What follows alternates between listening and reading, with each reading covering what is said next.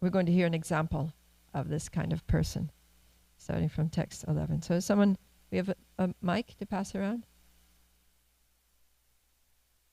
Maybe not. Coming.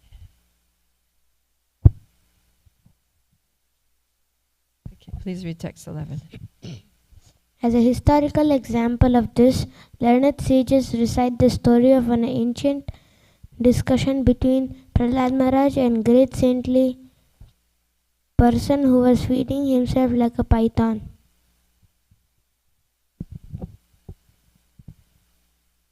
Oh, sorry, I have to do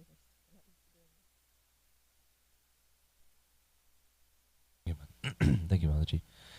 Prahlad Maharaj, the most dear servitor of the Supreme Personality of Godhead, once went out touring the universe with some of his confidential associates just to study the nature of saintly persons. Thus he arrived at the bank of Kaveri, where there was a mountain known as Saya. There he found a great saintly person who was lying on the ground, covered with dirt and dust, but who was deeply spiritually advanced.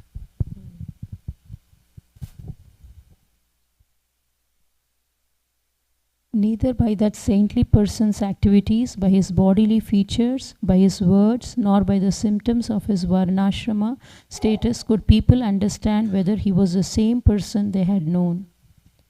So just pause there a second. I wanted to comment on this. We're seeing that this saintly person who's lying there on the ground, like the Python man, as he's called, no one could understand his background or the person that he used to be before he took that position. And so, Prabhupada comments in the purport that when a person becomes a devotee, they basically are a different person. And if you didn't know them before they were a devotee, you wouldn't be able to understand who they were before they became a devotee, what kind of person they were.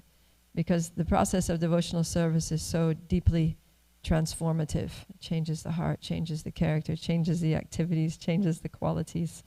So, And in fact, we shouldn't even try to know the past of a devotee, what to speak of judge them for their past. So that's a very important thing, that it's actually an offense to a Vaishnava to judge them or criticize them based on their past, the family that they were born in, the life that they lived before coming to Krishna consciousness. So we have to be careful about that. Okay, text 15.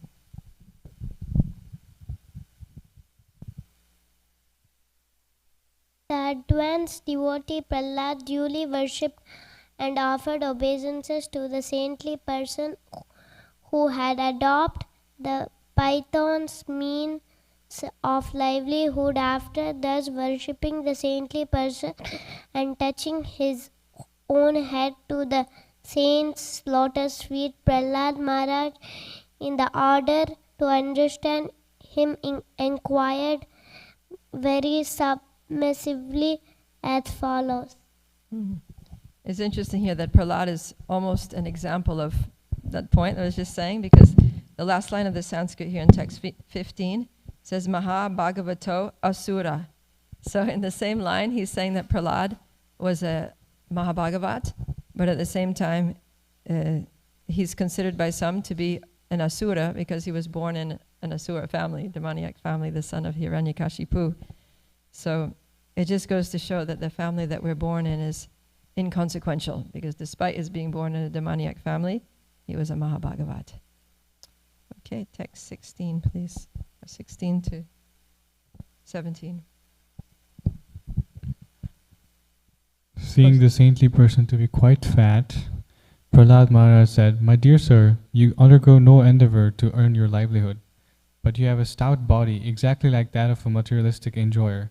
I know that if one is very rich and has nothing to do, he becomes extremely fat by eating and sleeping and performing no work." 18. O Brahmana, fully in knowledge of transcendence, you have nothing to do, and therefore you are lying down. It is also understood that you have no money for sense enjoyment. How then has your body become so fat under the circumstances? If you do not consider my question imprudent, kindly explain how this has happened. So we'll pause there. So this is it's kind of interesting because, well, Prahlad is surprised because generally if you don't work, you don't have income, so you don't have a lot of, money to buy food, or if you live in the forest, then you might not need to work, but at least you need to go out and, pick berries and pick fruits or, do things, get roots and things to eat. But he's just lying there. So Prahlad's very surprised that you don't do anything to earn a living. You don't even go out to collect, nuts and berries and things from the forest. And yet you're looking very well fed. You're somewhat overweight. So it just reminds me one time my father was talking to me and he said, you travel more than anybody I know. You're always, getting a flight here, there, traveling all over the world. And, you've never had a job in your life, a real job. What do you do?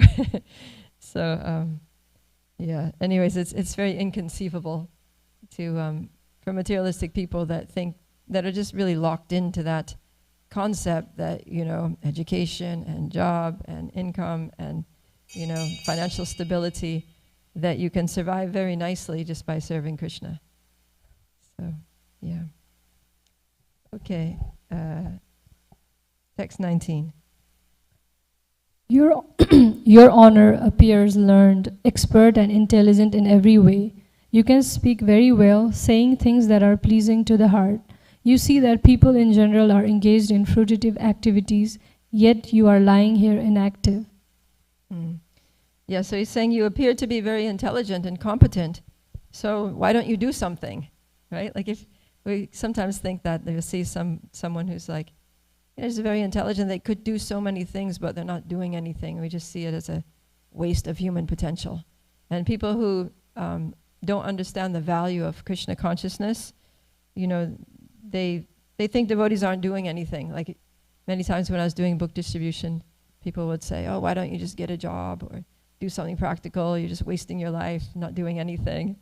So they don't value, or coming to the temple, hearing a class, chanting, spending 2 hours chanting Hare Krishna all day. To materialistic people, you're doing absolutely nothing. You're just wasting your life. Get a job, do something useful. So, yeah, Prahlad is showing that mentality. Okay, text 20. Narad Muni continued, when the saintly person was thus questioned by Prahlad Maharaj, the king of Daityas, he was captivated by his shower of nectarian words, and he replied to the inquisitiveness of Prahlad Maharaj with a smiling face. So it's kind of surprising that this Python man is smiling, because you wouldn't think that someone asking you, you don't do anything, why are you so fat? would be pleasing, right? If somebody comes up to you and you're just like, hey, why are you so fat? Just lying here all day. What's that? Oh yeah, if you ask somebody that in America, that would be extremely rude. So, but Prahlad asked this question so sweetly that the saintly person was actually pleased. So that's the art of speaking that Krishna says in the Bhagavad Gita. I think it's chapter 17, around text 15. He talks about austerity of speech. And he says, Satyam Priyam Hitam, that the word should be truthful, Satyam. Priyam means pleasing, and Hitam means beneficial. So Prahlad was saying the truth because, yeah, it was just facts. He was lying there and he was fat and he wasn't doing anything. But he said it in such a sweet way, such an innocent, purely inquisitive way, that the Python man was smiling. It says, Smayanam. He was smiling because he was captivated by the nectar of Prahlad's words. Amrita Vanchita. His words were like Amrita. They were like nectar. So this is something to learn from Prahlad. How to say something that needs to be said, or that we ask a question that we really are dying to ask, very curious about, but to do so in a way that's so pleasing, so sweet that it's pleasing to the ears of the person. Okay, text 21. The saintly Brahmana said, O best of the Asuras, Prahlad Maharaj, who are recognized by advanced and civilized men, you are aware of the different stages of life because of your inherent transcendental eyes, with which you can see a man's character and thus know clearly the results of acceptance and rejection of things as they are. So Srila Prabhupada is saying that Prahlad Maharaj was such an advanced devotee that he had this ability to be able to kind of read somebody's character. You can just see them, and just by looking at them, you know, their physiognomy, their demeanor, you can see the personality, what kind of person they are. So he was able to see that this Python man was a great soul, even though someone might think, someone with, you know, less perception, less ability to perceive people's character might just think he's some useless, homeless person lying there, some vagabond, you know, but Prahlad could see that he was a great saint. Okay, text 22. Oh, sorry. Thank you. Narayana, the Supreme Personality of Godhead, who is full of all opulences, is predominant within the core of your heart because of your being a pure devotee. He always drives away all the darkness of ignorance as the sun drives away the darkness of the universe. Actually, you know, Srila Prabhupada had that ability. His disciples would say that when they were sitting in front of Srila Prabhupada, they felt like he was seeing their soul. He just felt totally exposed, like they couldn't hide anything from him because he had that transcendental vision. So yeah, Prahlad is seeing that he's seeing right straight to his heart and seeing that the Lord is actually situated very strongly there, and therefore his heart is pure and illuminated with knowledge. Verse 23. My dear King, although you know everything, you pose some questions which I shall try to answer according to what I have learned by hearing from authorities. I cannot remain silent in this regard, for a personality like you is just fit to be spoken by one who desires self-purification. Yeah, so the saintly person, he's adopted that lifestyle, and he's not, you know, he's basically probably hasn't spoken to a lot of people. And Prabhupada says that if some impudent person comes and asks you a question, then you don't really need to answer. You can just say something short and, you know, be a little dismissive, I guess. But if somebody like Prahlad is, you know, a great personality, you know, a senior devotee, an exalted Vaishnava comes and asks you a question, then you have to give them time and give them a proper answer. So, yeah, the point here is that this saintly person, he can't just dismiss Prahlad Maharaj's question. He has to actually, he says, a person like you is fit to be spoken to for one who desires self-purification. He's understanding that it's actually going to be for my benefit to, you know, engage with this great devotee by answering his questions. Okay, text 24. Sorry. Because of insatiable material desires, I was being carried away by the waves of material nature loves, and thus I was engaging in different activities, struggling for existence in various form of life. Thank you. Yeah, I thought this was interesting that he was saying this to Prahlad Maharaj, because back in chapter 9, Prahlad very famously, this is a famous verse, he says something very similar. He says, "My dear Lord, O Supreme Personality of Godhead, because of my association with material desires, one after another, I was gradually falling into a blind well full of snakes, following the general populace." Then he says, "But your servant Narada Muni kindly accepted me as his disciple and instructed me how to achieve this transcendental position. Therefore, my first duty is to serve him. How could I leave his service?" So, but the first part of this is that I had so many material desires, one after the other, and I was falling into the blind well full of snakes, following the general populace. And the Python man says, because of insatiable material desires, I was being carried away by the waves of material nature's laws and was engaging in different activities, struggling for existence.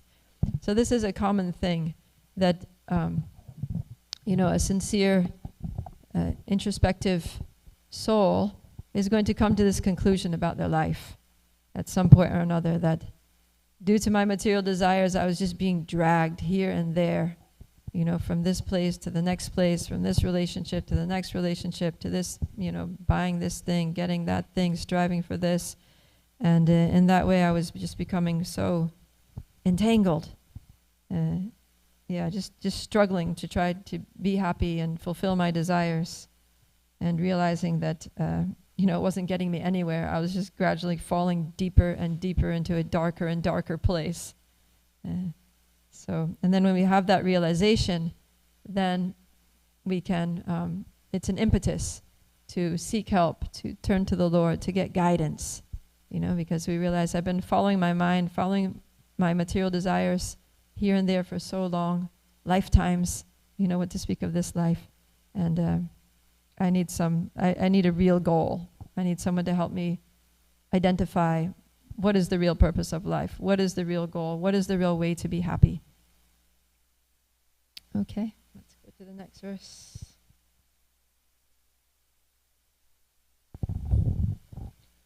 In the course of evolutionary process, which is caused by fruitive activities due to undesirable material sense gratification, I have received this human form of life, which can lead to heavenly planets, to liberation, to the lure of species, or to rebirth among human beings.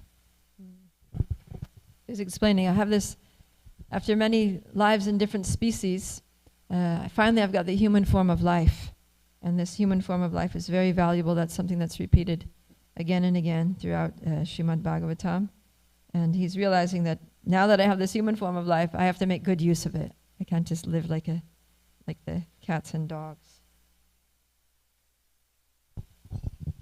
Text 26. In this human form of life, men and women unite for the sensual pleasure of sex, but by actual experience, we have observed that none of them are happy. Therefore, seeing the contrary results, I have stopped taking part in materialistic activities. And then, actually, don't read this one yet. We'll do the Sanskrit for this.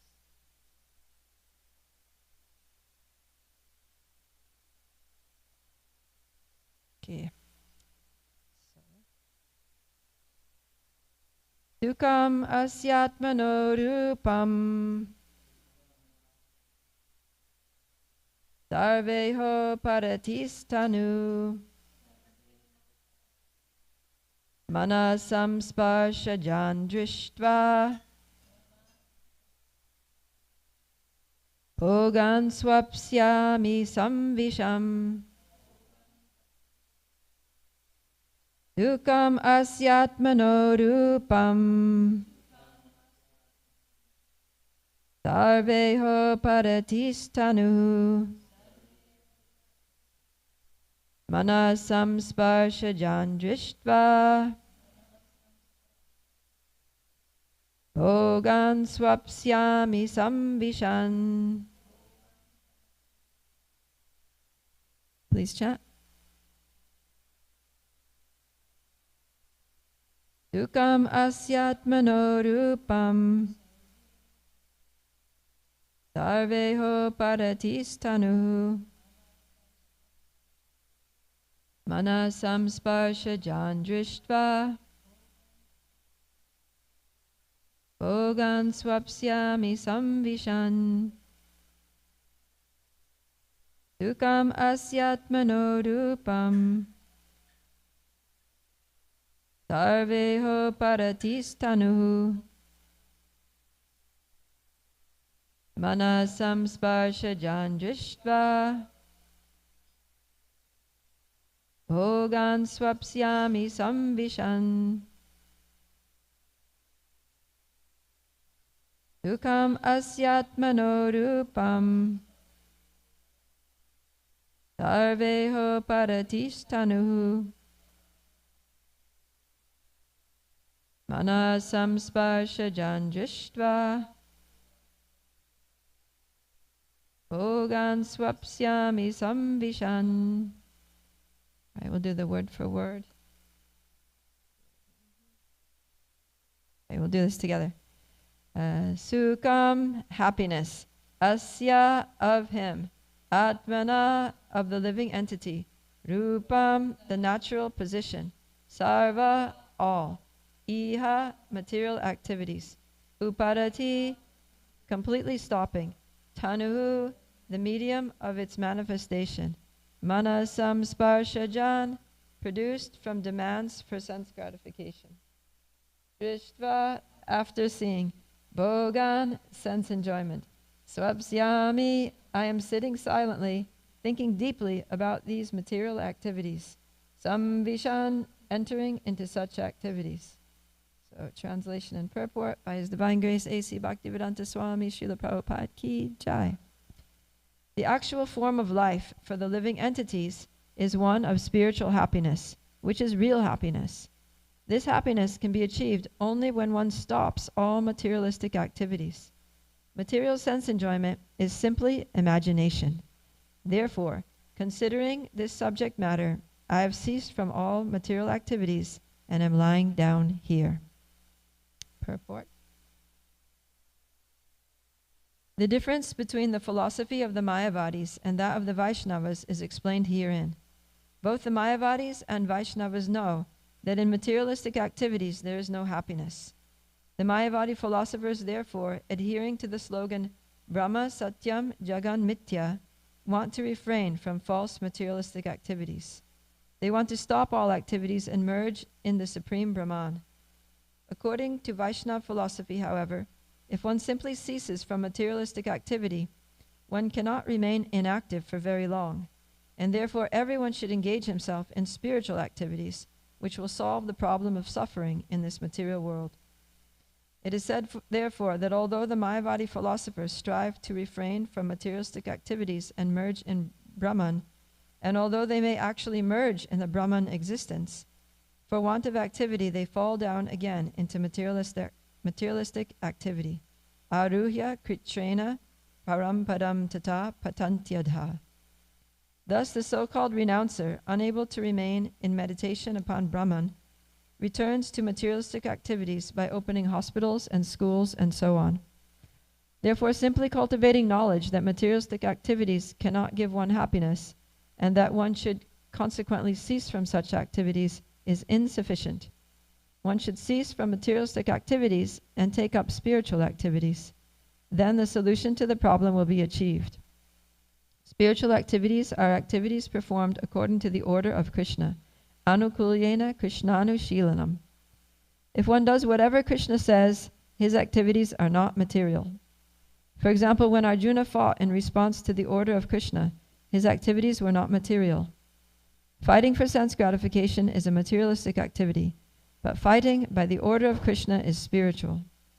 By spiritual activities, one becomes eligible to go back home, back to Godhead, and then enjoy blissful life eternally. Here in the material world, everything is but a mental concoction that will never give us real happiness. The practical solution, therefore, is to cease from materialistic activities and engage in spiritual activities. Yagyartat karmano nyatra loko yam karma bandhanaha.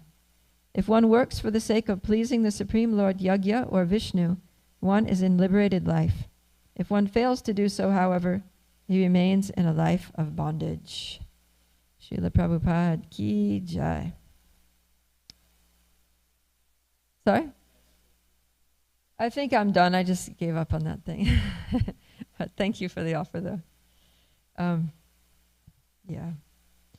So we'll speak about this verse. I'll just read the translation again. The actual form of life for the living entities is one of spiritual happiness, which is real happiness. This happiness can be achieved only when one stops all materialistic activities. Material sense enjoyment is simply imagination. Therefore, considering this subject matter, I have ceased from all material activities and am lying down here. So, yeah, in the Sanskrit it says, Sukham asyatmano rupam.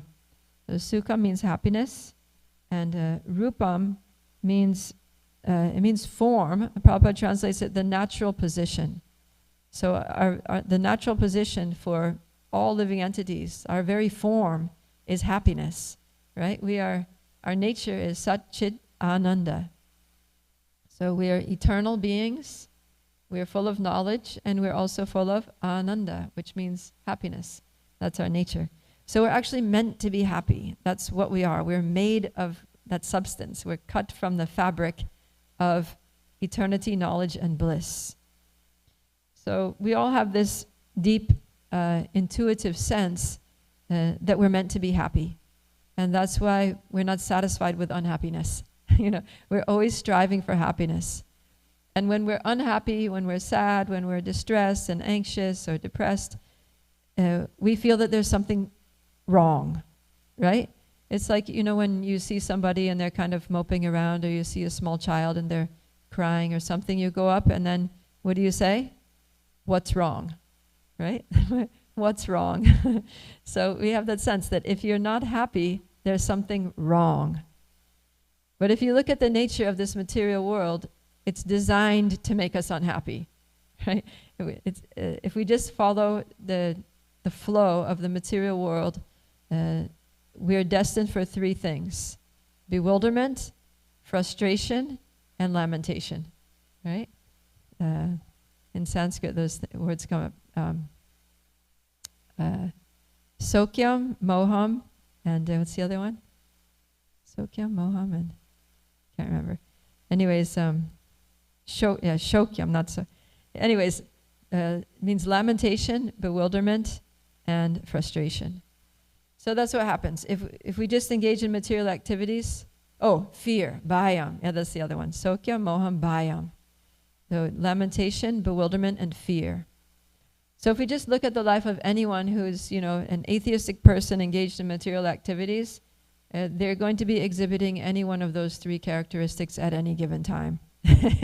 Either they're lamenting about something that didn't go their way, or something that they lost, a loved one that they lost, a relationship that broken, maybe the heartbreak, or something that broke in the house, or that needs repairs, a car broke down, or somebody got sick, right? So there are all these lamentations. Something got stolen, always lamenting. Or moham, bewilderment. So they're just very confused, right? Something happened they can't understand.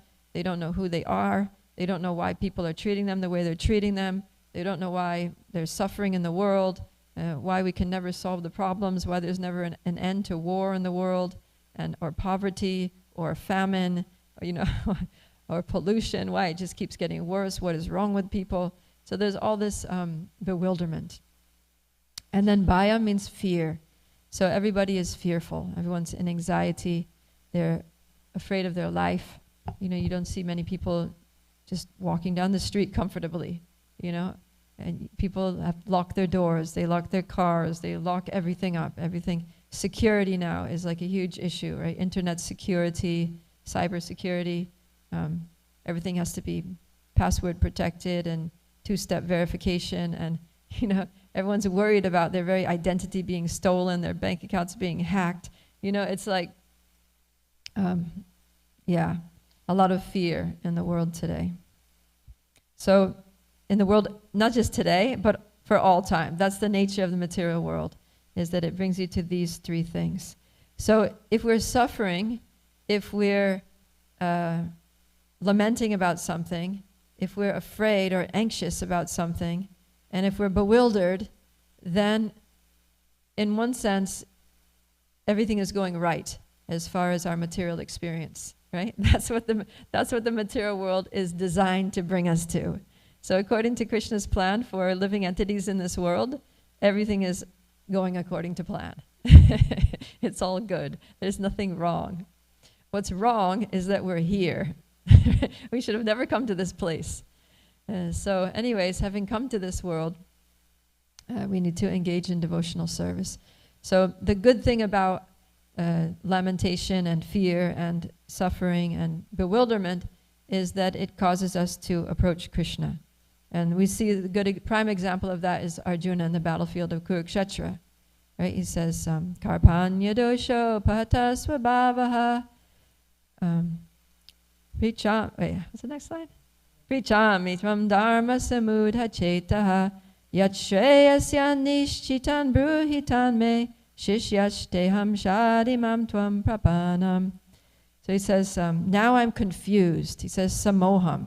Right? I'm totally bewildered, right? That was one of the words, moham. So he says, samoham. I'm completely mohan, completely bewildered about my duty. I don't know what to do. And now I'm confused about my duty. I've lost all composure because of miserly weakness.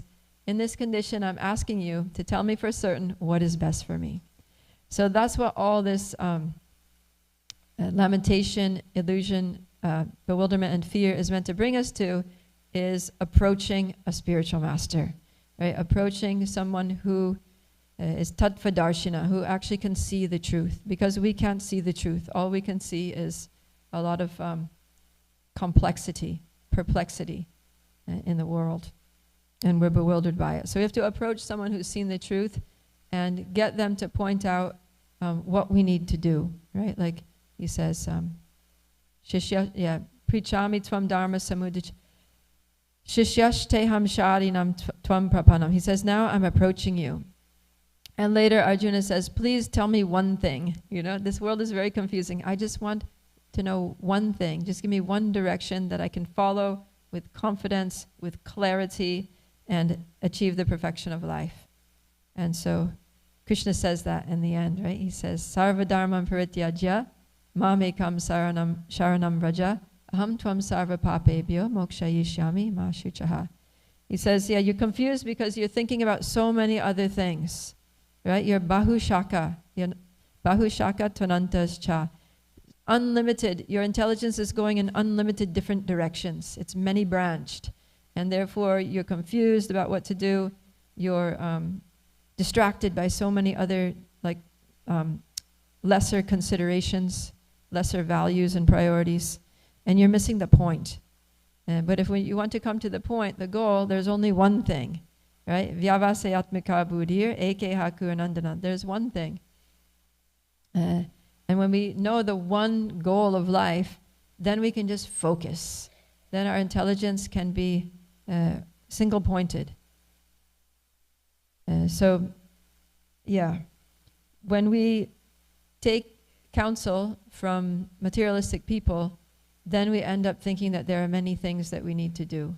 We need to fulfill this obligation, fulfill that duty, study this, work at this, work on this. There's this project and that initiative and this responsibility and this duty and this debt that we need to pay and so many things that we need to do.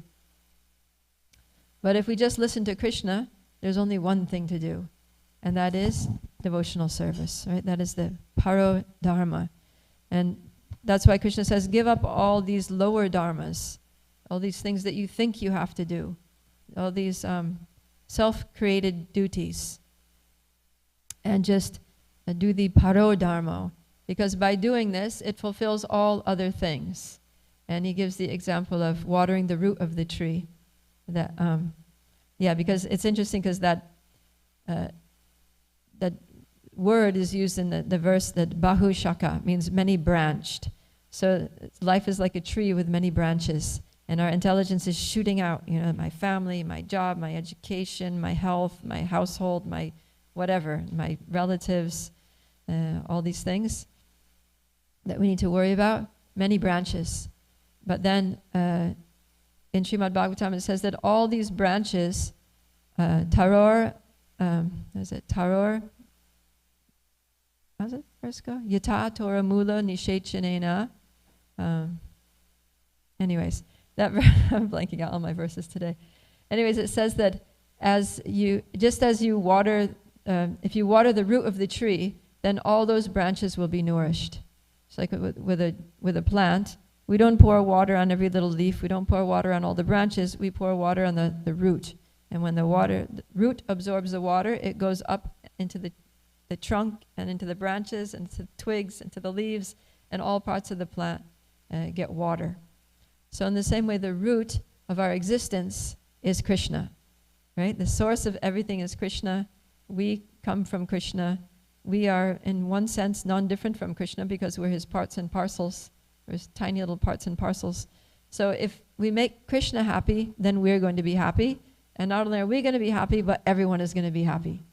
So Prabhupada said it's devotional service is like the one switch that lights up everything everywhere. It's the one switch. And so just by pouring water in one place, by putting our energy, our work, our intelligence, our speech, our everything, activities in one place, that is into the devotional service of Krishna, with the goal of pleasing Krishna, then everything else is going to fall into the place. Everything is going to be done, right? Just like, Krishna says that all the purposes of different small reservoirs of water can be served by a great reservoir of water. So if you have little puddles, you can use that water in a puddle for something. But if you have like a huge lake, then you don't need the puddles. You don't need to worry about these little puddles. So if we just serve Krishna, then everything is taken care of. All debts are paid. All dharmas are done. All duties are done. So very simple. And that's what brings the real happiness. That's what Prabhupada is saying here in this purport. That real happiness comes from serving Krishna, from spiritual activities. So, but to be fully absorbed in spiritual activities means we need to stop material activities. So the Python man is a good example of that. He stopped all his material activities, and now he's just lying there.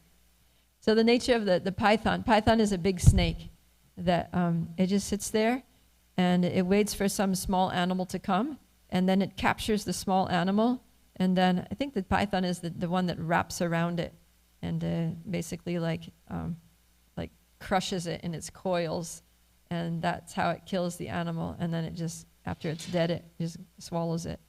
So it's kind of creepy. But the point about the python is he doesn't go out hunting. He just lies there very still, very silently, waiting for some animal to walk by, not seeing him, and then he pounces on him.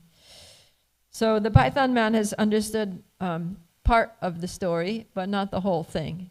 He understands that that there's no happiness in material activities, and so he decided to cease from all material activities. But he hasn't understood the other half of the equation, which is that we need to actually engage in spiritual activities. So Prabhupada is saying that this is the difference between the philosophy of the Mayavadis and that of the Vaishnavas. That both Mayavadis and Vaishnavas know that in material activities there's no happiness. So Vaishnavas give up material activities, and Mayavadis also give up material activities. But Vaishnavas know that everything can be used in the service of Krishna. So our giving up is not rejecting everything in this world. It's not lying down and doing nothing like the Python man, but it's engaging in so many activities in Krishna's service, doing spiritual activities and using everything in this world in Krishna's service. And that's real renunciation, according to Rupa Goswami. Says, Anasaktasya vishayan yatarham upayunjataha nirbandha Krishna sambandhe yuktam vairagyam uchyate. He says, when one is not attached to anything, but at the same time accepts everything and uses everything in the service of Krishna, then that's real renunciation. Because there's no sense of possessiveness. The person, devotee is not thinking this is mine. Devotee knows that everything belongs to Krishna and everything can be used in the service of Krishna. So we have this body and we use our bodies in the service of Krishna. We have mind, we have intelligence, we use those in the service of Krishna. We have the power to speak, so we use that in the service of Krishna.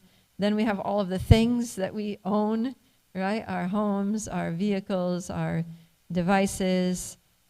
We use those in the service of Krishna, everything that we have, our money.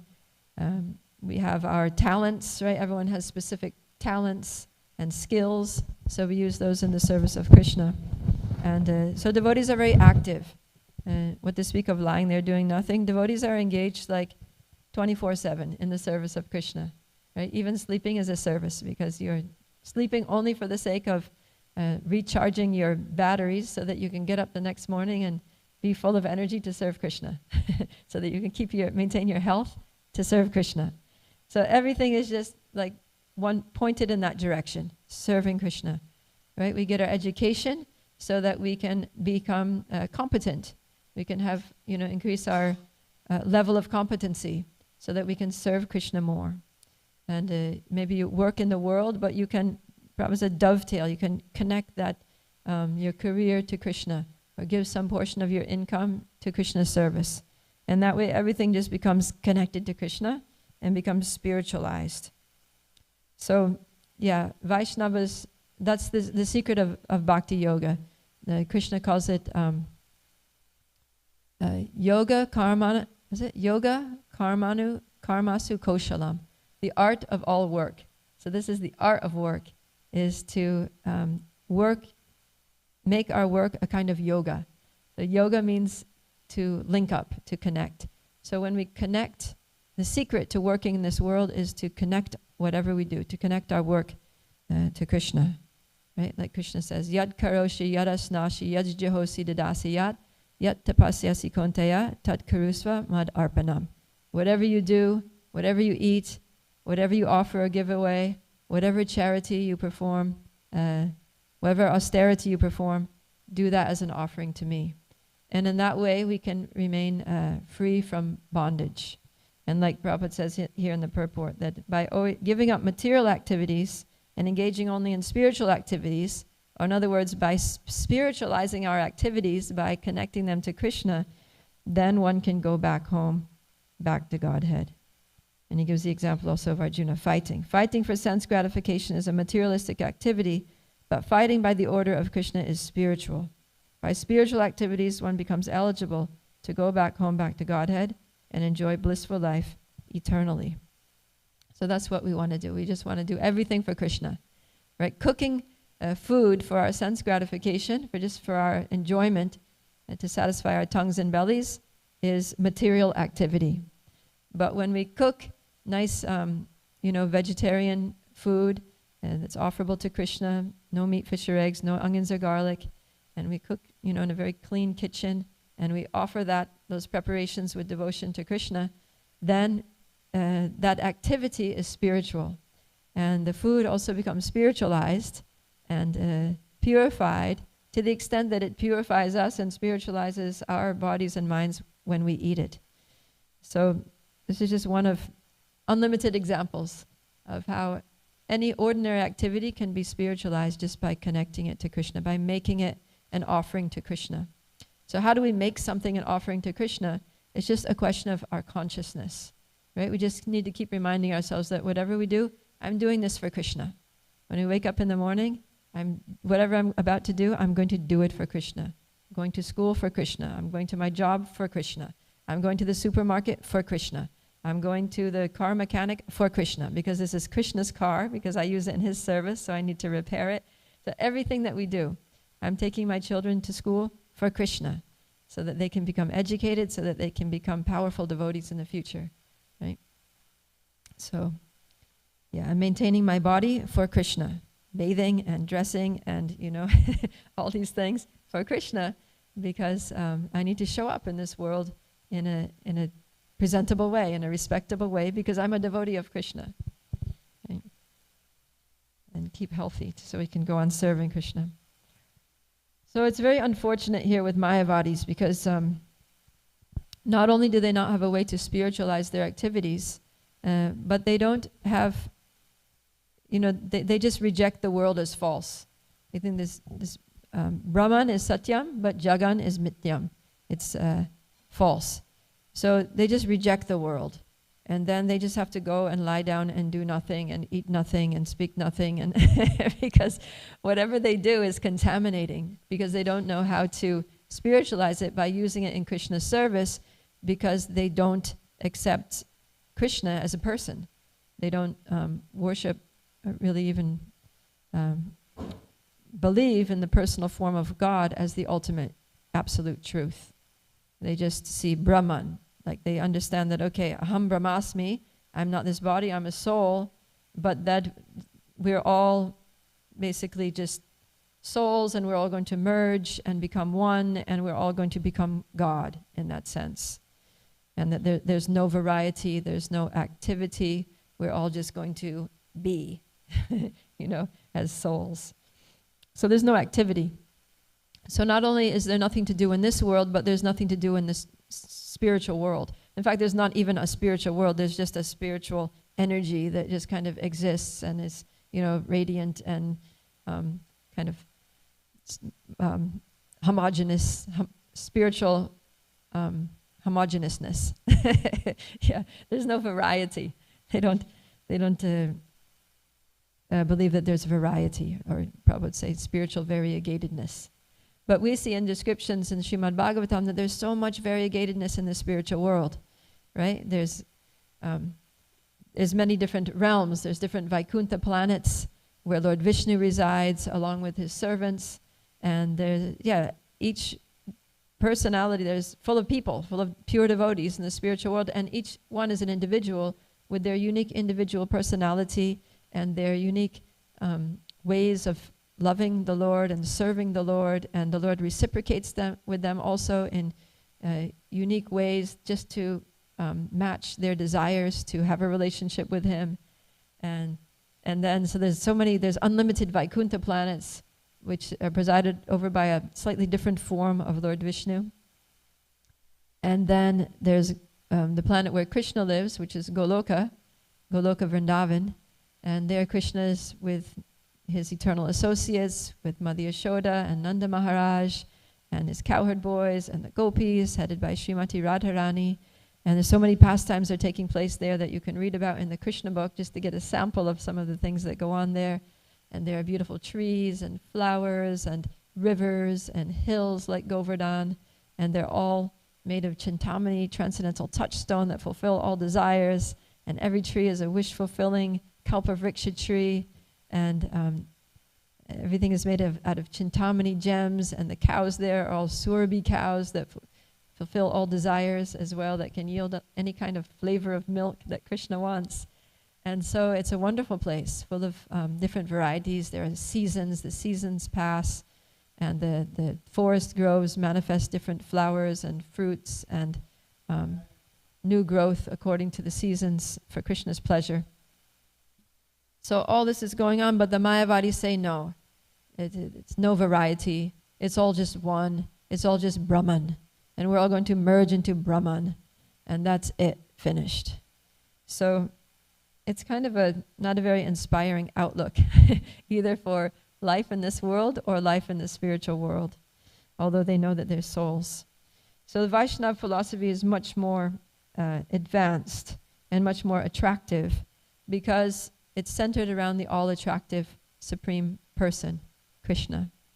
So Srila Prabhupada is constantly, whenever he gets the opportunity in his purports, bringing out this, the flaws of Mayavadi philosophy, and how we don't want to go into that, because the thing is, even though they talk about Brahman, that they want to merge into Brahman, they can't even go there because they offend the Lord. And their philosophy is that everything is Brahman, there's no form. So when the Lord appears in this material world, he has to accept a material form like we do, because there's no forms in the spiritual world. Everything is formless.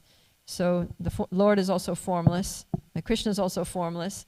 And so when he comes, he just accepts a material body, which is born, which grows, and which dies.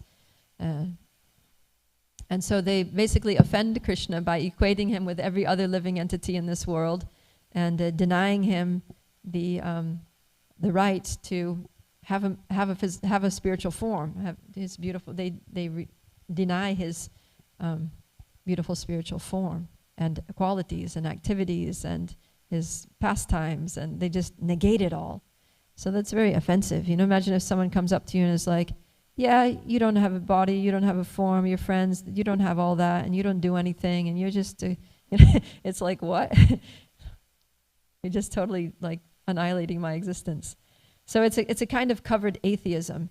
And because of that, then they can't get out of, what they achieve is only repeated birth and death. They stay stuck in the material world with their illusion of spirituality, which is actually Krishna aparad, which is, right? Lord Chaitanya says that Mayavadi, Krishna aparadi. These Mayavadis are offenders to Krishna. And so how can you achieve anything sublime if you're offending the Supreme Personality of Godhead, by whose mercy only you can achieve anything spiritual? So Please don't be a Mayavadi. Be a Vaishnava.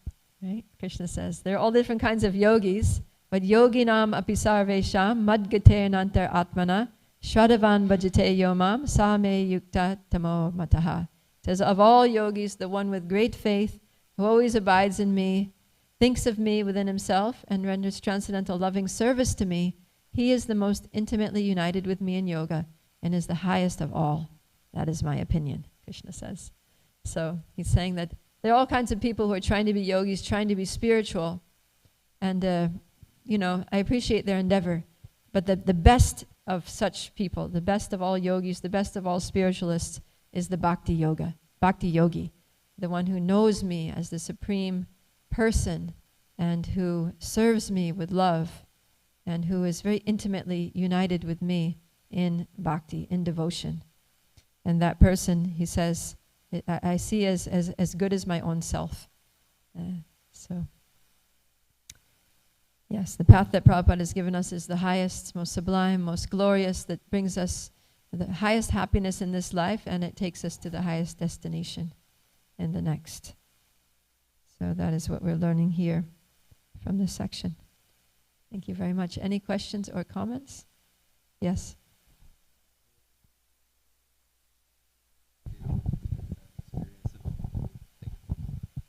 Thank you, Mataji, for the class. We understand that Mayavadis don't really get that experience of spiritual variegatedness.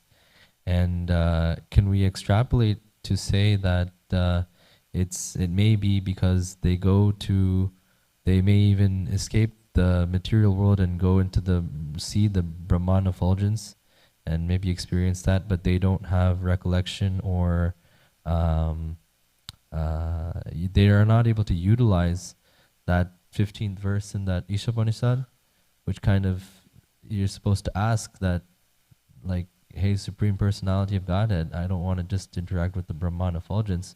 Yeah. I want to engage in your pastimes. Mm. And can we extrapolate that? Is that kind of the cause for Mayavadi determination, quote unquote, Yeah. Yeah, it's because there's happiness in just understanding that aham brahmasmi, right? The term is brahmananda. So just realizing that I'm not this body, I'm a spirit soul, gives you some ananda, right? Because that's already transcendence. There's that verse, how's it go? Brahma bhuta prasanatma na shochati na kankshati. That when one attains the stage of realizing that I am Brahman, the Brahma Bhuta stage, then prasanatma, there's happiness. Prasanna means happiness, satisfaction. The soul actually experiences joy, which is a higher level of happiness than any material pleasure. And there's no hankering and there's no more hankering and no more lamentation. So those three things that we were talking about that the material activities bring us to, material life brings us to, the lamentation, illusion, and fearfulness, they're all gone. There's no more of that because you realize that I'm a soul. I can't be touched by any material thing. No one can hurt me, so there's no fear. There's no loss or gain for the soul, so then there's no lamentation. And then bewilderment, I'm not bewildered because I understand who I am, at least, as a soul. I'm not confused about my bodily identification and my relationships and things in this world. So there's a sense of, they have a sublime consciousness. They have a spiritual consciousness. And so there's a sense of identity, and there's a sense of aloofness and detachment from material suffering. You're on the transcendental platform above the threefold miseries, but you can't go anywhere. You're just kind of stuck there, just relishing your Brahmananda. So then Prabhupada says that because the nature of the soul is to be active, and there are no activities just in the Brahma Bhuta platform, then out of boredom, basically, or there's another place where Prabhupada says out of loneliness, because there are no relationships, right? This Python man, he's just lying in the forest by himself. Out of loneliness and boredom, they come back to material activities just because they need to do something. They need to interact with other souls. So they end up, the only path for them is down. So they've actually come to a high state. They've come to, transcendental platform, Brahma Bhuta, Shuddha Sattva platform, but because of their, because of their refusal to acknowledge spiritual variegatedness and the supreme person, and that we're all spiritual personalities, then they have to go down until they're ready, purified enough to acknowledge the Lord as a person. But it comes from envy. It comes from Icha Dvesha Samuradva. It's that they have this envy of the Lord, because to accept Krishna as a person means you have to accept that he's the supreme person. You can't just accept that he's an ordinary person like us. And so they have to admit that they're inferior to Krishna. And no one wants to admit that they're inferior, right? Everyone wants to just, no, we're all the same. We're all the same. I'm you and me, you are me, and we're all together, and it's all nice. And it's not that, oh, you are the Lord and I am your servant. But until we realize that Krishna is the Lord and I'm his servant, then there's nothing to do, because the only thing to do in this spiritual life is service. So if we don't realize that we're servants, then we're not going to do service. And if we don't do service, then we can't go back to Godhead. So, yeah, they get stuck because of their envy and their unwillingness to realize their position of inferiority and their identity as servants of the Lord. Thank you. That did touch upon what I was trying to say. That, pretty much answered it. I just wanted to add that it's good to recognize that serving Krishna is more pleasurable than being Krishna or being superior to Krishna. It's being serving Krishna. Even Yashoda Mataji or the gopis, even though they sometimes chastise or chase after Krishna, trying to bind him or do things, in the end they're still serving Krishna. Yeah. And that service is more pleasurable than any type of envy that may come in. And I don't know how that comes in, but that service is more pleasurable. Yeah, the happiness from serving. Yeah, in Nectar Devotion, Prabhupada talks about 3 kinds of happiness. So the first kind of happiness is happiness from sense enjoyment in this material world. So he says that's compared to that's like a drop of water in the desert, right? If you're in the desert, you have a drop of water in your hand, it's like nothing. How is that going to help you? And it's immediately going to evaporate. So that's the nature of material pleasure. It doesn't really even satisfy your thirst for happiness, and it's gone. It comes and goes. Adyanta vanta konteya, right? So a wise person does not delight in material happiness. And then the second kind of happiness is Brahmananda, is the happiness from realizing that I'm a spirit soul. And he says that happiness is compared to the water in a hoofprint of a calf. So we have the drop of water in the desert, then we have the water in the hoofprint of a calf. So that's some water, maybe you could quench your thirst with that. Maybe it's a cup full of water or half a cup. You can save your life with that water. But it's not enough to really do much with. But he says that the happiness from devotional service is like an unlimited, ever-increasing ocean of transcendental bliss. So, yeah, Prabhupada says that this verse here is saying that the soul is meant for happiness. The actual form, our identity, is one of spiritual happiness, which is real happiness, and what we're meant for is that unlimited happiness. So that we just need to understand that there's a higher level of happiness, and the way to get it is by serving Krishna. Right? Like Lord Rishabhadev says, Nayam deha deha bhajam niloke, kashtan kamam arhate vid bhujam ye, tapo divyam putrika yena sattvam shudyad yasmad brahma sokyam tvanantam.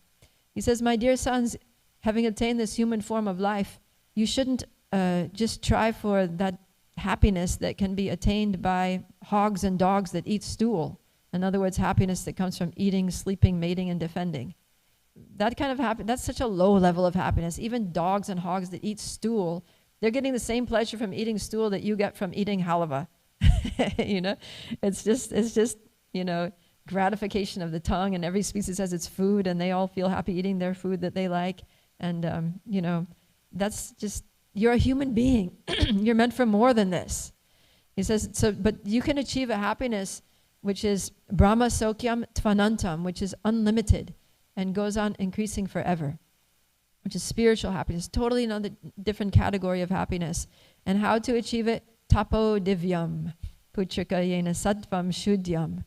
That you perform the divine austerity of devotional service, which is going to bring you to the platform of pure goodness, to the transcendental platform. And on that transcendental platform, the Supreme Lord becomes manifest, and your relationship to the Lord becomes revealed, and your constitutional position of loving service becomes manifested to you, and you become inspired, and you just ever increasingly want to serve the Lord. And then He reciprocates with you in wonderful ways. And because He is the Supreme Person and unlimited and all-powerful, the way that He can reciprocate with your service is way more than anything you can do for Him.